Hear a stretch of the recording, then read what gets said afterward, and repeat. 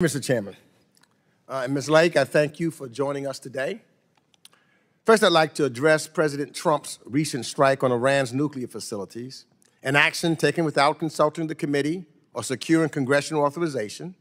And it's troubling that Secretary Rubio is not sitting here today and that Republican members are avoiding oversight on such grave matters of war and peace that fall squarely on this committee's jurisdiction. Instead, as this hearing's title shows, we're returning to House Republicans' fixation on far-fetched conspiracies, this time to tear down the U.S. Agency for Global Media and the important work it supports. This tracks with President Trump's broad record of denigrating federal agencies and appointing leaders that, far from shepherding their agencies to success, are stewards of their sabotage. And I believe, Ms. Lake, you fall into this category. The story of the United States Agency for Global Media began with the Voice of America countering Nazi propaganda. That mission endured through the Cold War and continues today. USAGM is mandated to reach heavily censored countries with trusted information because Congress recognized that factual reporting contributes to international peace and stability and is in the interest of the United States of America. The irony that USAGM is now being undone under a banner of disinformation is not lost on me. Worse, some Republicans want it to be transformed into every propaganda machine we oppose abroad. The Trump administration's short-sighted dismantling of USAGM echoes its attacks on the U.S. Agency for International Development, spinning false narratives about corruption and waste to dismantle effective institutions Congress established with bipartisan support. Ms. Lake, if it was your goal at USAGM to use falsehood to advance an agenda, I believe then you're qualified for this job. Your opening statement, as I read, is full of false narratives, aided by Republicans on this committee who still refuse to release their own investigation transcripts. So, Mr. Chairman, if your findings are solid, release those transcripts now. The taxpayers who funded this work deserve transparency, not cherry-picked quotes that suit your sham narrative.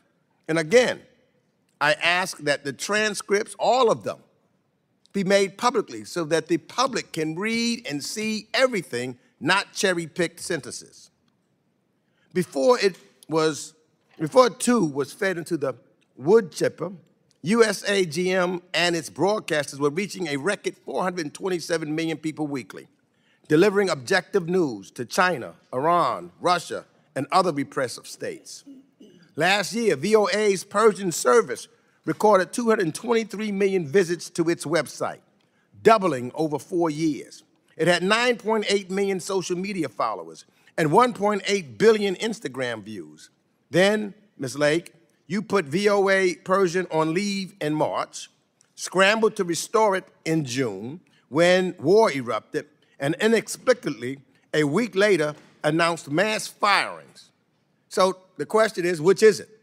Is USAGM and the work it supports unsalvageable waste, as you have said, or is it a critical tool for diplomacy and facts?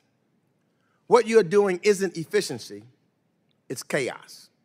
The dysfunction lies in the administration's allergy to truth and democracy, the two pillars that USAGM aims to promote abroad. So I'm not surprised by the choice to gut USAGM, since the first Trump administration targeted the enterprise, violating laws and journalistic integrity to shape it into a state media, like Russia's or North Korea's.